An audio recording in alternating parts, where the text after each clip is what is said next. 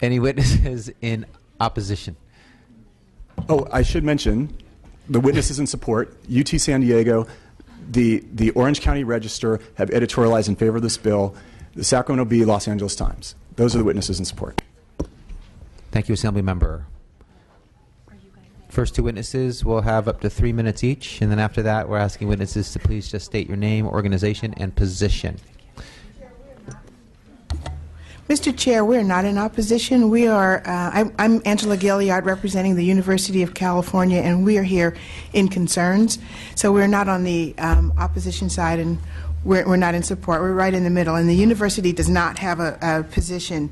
But the University of California utilizes data collected by the newborn screening program to conduct research that positively impacts the health and livelihood of Californians. In order for this research to continue, the samples collected through the newborn screening program must reflect the diversity in California. The university is concerned that the informed consent standard established in AB 170 would severely limit the diversity of samples available for research. As the demographics of California shift, so too will the health needs of the population. The data collected by the newborn screening program is vital to understanding and addressing these needs. Our concerns with this bill in no way reflect the lack of commitment to institutional oversight of our scientific research. We hold the privacy of patients we serve to the highest standard, and we carefully balance the need for privacy with the need for research that will provide long-term benefits for all Californians.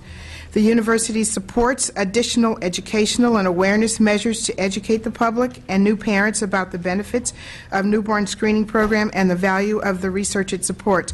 Here with me today to discuss his work and address security measures in place to protect these data is Dr. Joseph Wiemels from UCSF.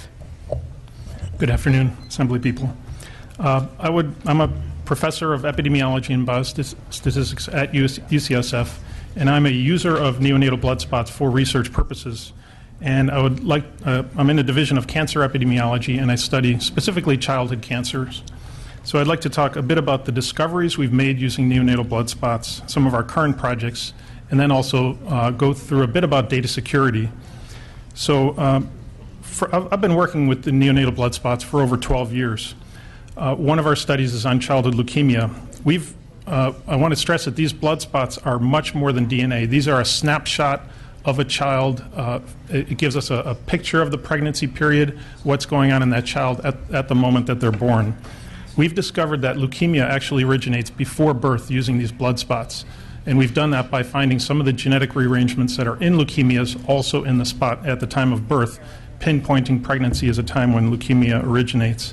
We've also found that children who grow up to get leukemia have an immune phenotype defect at birth that makes them respond to infection differently than children who do not get leukemia. We've also used these cards to find that Mexican Americans, or I should say Hispanic Americans, who have a 40% higher risk of leukemia get that extra risk from Native American ancestry that's part of their genome. By doing genetic profiling, we've been able to pinpoint 4 of these alleles that came over with Native Americans and have contributed to that risk. Another thing we use the cards for is for exposure assessment. We're able to assess residues of combustibles such as polycyclic aromatic hydrocarbons, PCBs, PBDEs, which are flame retardants. And these, we really need to get a picture of the entire state to understand exposure of these chemicals which affect children's health. Our current projects of childhood cancer are focus on rare subtypes of cancer, and this is another thing which I much stress. We need the entire database of 17 million cards to get enough of these rare cancer subtypes, such as osteosarcoma, where we have 600 children. And that's the largest set of osteosarcomas anywhere. Next, I talk a bit about data security. We have to pass through, we have strict measures which come from 2 institutional review boards. One is at the state level, Committee for Protection of Human Subjects, and also at our own universities in order to do research. We separate the neonatal blood spots from the data. The data has to be stored on central servers. It cannot be put on a mobile device. It has to be stored at a level of encryption that the National Security Agency uses. We use the data once. We are obligated to destroy it. We are also unable to and obligated to not hand any data to any third party, such as the National Institute of Health, who funds most of our research. Only the minimal data is needed for analysis is used, and I will stop there and take any questions you have afterwards. Erica Bustamante with Stanford University. We also have concerns with the bill for the reasons already stated by my UC colleague. And Mr. Chair, for the benefit of the committee, if there are any questions of a scientific nature, we have our scientists here to answer any questions. Thank you for your presentations. I know that this is a bill that has engendered some interest and some questions from Assembly members. I want to give members the opportunity now to ask any of the witnesses who just testified any questions that they might have. Okay, Assemblymember Thurman. Thank you. Could we get clarity about whether or not the data from the blood sample is sold? You said it was destroyed after what period of time? Because my colleague is clearly concerned that there is access by private companies for this data. And if you want to address it, Mr. Gatto, about what harm is being addressed, I'm trying to get it clear in my head how it's being used. I want to try to answer this through the chair in the way that is not doom and gloom, but that paints an accurate scenario. I want to stress, and I want to characterize this correctly, but you are an outside researcher. He does not represent the state data bank. So the state takes the samples at birth. The state then sells them to whichever researcher applies. So his security measures might be great, but another researcher leaves their laptop on a subway. I mean, then you're only as good as the weakest link. Yes, the researchers have to destroy the data after they get it, but the data is initially sold. The blood is initially sold to outside researchers, and I think that's an accurate characterization. Well, as far as selling to a private company, the only instance that I'm aware of that happening is when the private company is interested in developing a better test for neonatal screening. They need to get cards to determine the quality and the accuracy of their tests. There may be other uses by private companies that I don't know about, but that's the only one that I do know about.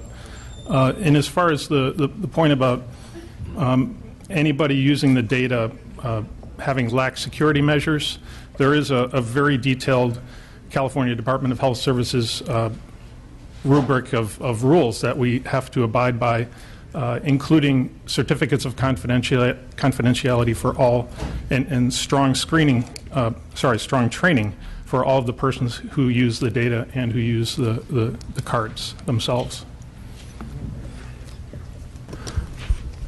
Senator Nazarian.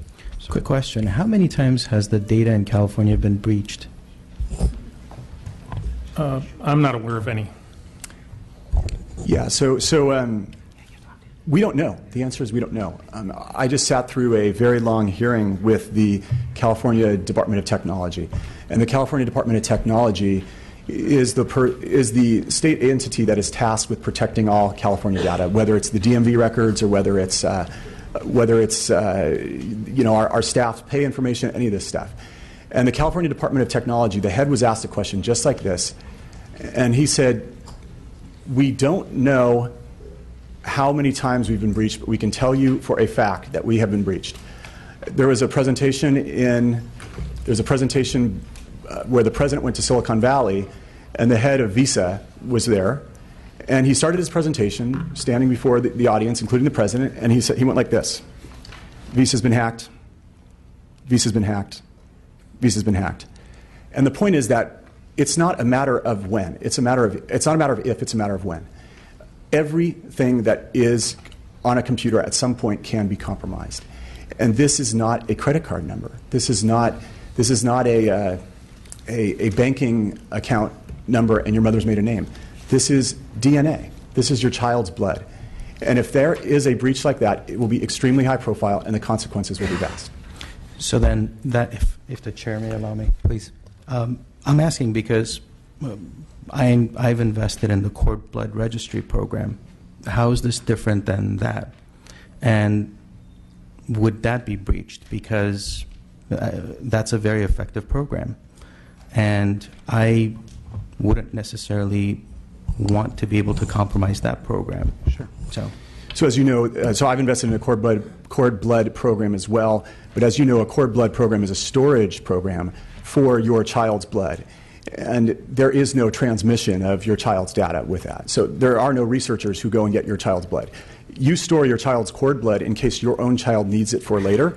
There is no computerized reduction of your child's blood. There is no computerized reduction of your child's genome to researchers with your child's cord blood program. It's apples and oranges. But from what I understand, that's again, and I'm trying to make apples and apples a comparison here, but there is no name associated with any study here, right? It's just a number. Then the number is associated with a name in a different place.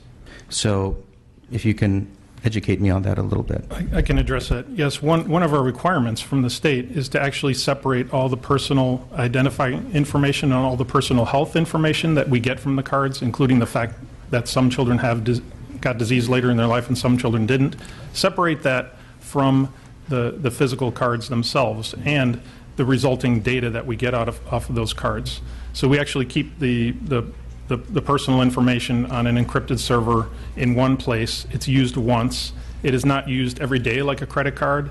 It is not used every day like a medical record number, somebody coming in for repeat visits. So this data sits in one spot. Our studies we have are typically 4 to 5 years. Once the study funding is over, we are obligated to destroy the data, shred the disks. We are obligated to send any remaining blood spot back to the bank. So I think the comparison with credit card is not quite the same thing because it's something that sits. My lab myself, I do not have any access to personal health identification information because I work with collaborators who do. So that information is actually stored at UC Berkeley. And we've done that as a convenient way, as a double safe measure, so that anybody who's actually working with the cards, working with genetic data, working with protein data, we work with viral data, we look at infections, prenatal infections. All that information is separated from any information such as names, addresses, birth dates, everything else, which is housed at UC Berkeley. Mr. Chair, if I may build on that a little bit. The important thing, though, that we should talk about, Mr. Nazarian, is that this is, by definition, identifying information. So, yes, a name might be in another database, and I'm going to address that in a second, but this is DNA. I mean, DNA is what's used to solve crimes. It's about as identifying as you can get. I mean, the science is already such that someone with DNA can recreate a face, so they know exactly what the person looks like who gave the sample. They can tell what nationality you are in many cases. They can tell a whole lot about you, but it is the very essence of life. It's your genetic code, and that's, by definition, identifying information. That's how cops solve crimes, is with DNA. The second point is that there is a state database. It's my understanding that there is a state database that has the samples, which are coded with a number, matched up to a name. And the reason why is because there's a small subset of parents right now who object to the storage, and they're informed enough to go and object. And they, right now, if you were to call the database and say, hey, I want you to just find my child sample in the vault and destroy it, they have to do it. If you got a court order to do that, and they can't say that that information is completely anonymized if they could identify your child's sample. And there is a database somewhere, I think, as you acknowledge, that matches up the serial numbers that are on the cards with a name. And if somebody breaches that, then, game over. Assemblymember Burke, then Assemblymember Gonzalez, then Assemblymember Wood, and then we're going to go to additional witnesses in opposition. All right, I have a couple questions. The first is, are you allowed to opt out on the original, not on the heel prick, but on being part of the database? Are you talking current law? Current law. There is no form given There is- opt out, period. Correct. Okay. Correct. You are allowed to opt out for research purposes. You are? Yes. Okay. So then the second question is, why would you, when you sell, I just want to make sure I'm clear, when you sell the data, why would you, when you're purchasing it, need the personal data at all? We need personal data to, in the first case, to know who has the specific cancer. So in order to make a comparison between a child who has cancer with, sorry, we never look at a specific child. We look at a group of children with cancer to a group of healthy children to understand what is the difference. Was there an exposure difference between the two groups? We need to know that information in the first instance. So when you say personal, when you say personal data, you don't mean name, you don't mean identifying data, you mean data regarding the sample. Right. Okay. And then my last question is, there's an option to opt out. Is there an option in current state law where you can allow research on the blood but have your name removed from the serial number? I don't believe so. And I think Assemblymember Brooks' questions get to the heart of this bill. Could government right now store anything against someone's will? The answer is, of course, no. Right? If a parent is so clever, they've read the op-eds in favor of this bill, and they affirmatively write a letter, they navigate their way through the state bureaucracy, they write a letter to the right department in Richmond, California, and they say, I want you to destroy my kid's sample, or stop, I don't want you to do this test because whatever. The government has to heed that. So what does this bill add? It adds information. And that's what I said in my presentation. Why is everybody so afraid of providing parents the information that says you have a right to opt out of storing your child's sample forever? That is the crux of the bill. But I think, and I just want to be clear what my question is. My question is, if I want my child's blood, of which I do have a young infant, if I want her blood to be included in the research, but I want her name removed from the serial number, is that either an option currently or in this bill? I don't believe it's an option currently. In the bill, I don't believe it's an option, and I'm not sure that would be feasible, because somewhere when your child is born, they have to attach a name, a birthplace, they have to attach some identifying information to the sample, and I'm not sure that they could break that bond without going through and deleting the data. Yeah, let me tell you why they wouldn't be able to do that. Let's say your child got cancer when they were 10 years old. Mm-hmm. If their name was removed from the database, how would we ever be able to find that child's sample without some way to link up the cancer registry? Because the cancer registry will get all the information about cancer in the state. That's a reportable, mandatory reporting from the hospital to the state cancer registry. But the cancer registry does not hold the neonatal samples. So you need to link the cancer registry information to the birth registry to find the archive number for that. So the choice child is either not to be part of the research or to be part of the research, period, end of sentence. There's no middle ground. I believe at the current time that's the best that can be done. And I would also stress that right now, most people, because everything is tied together, I mean, if you think about it, my bill, by separating the screening, the initial screening, which is terrific and everybody should be a part of and we should have 100%, and the storage and experimentation, which could happen 10 years, 20 years down the line, that's better, because most parents right now, the 2 or 3 last year who wrote the state agency, because it's all tied together, they end up opting out of the screening, the initial screening too, beyond just the research and experimentation. Assemblymember Gonzalez. I just have a couple questions, because I think now I'm confused. Currently, you have the ability to say to somebody, I don't want my child's blood used for research. Yes and no. They don't tell you.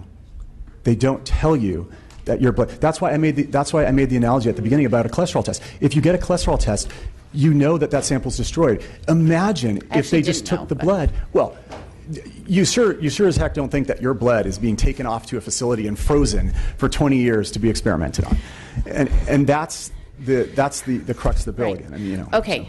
So.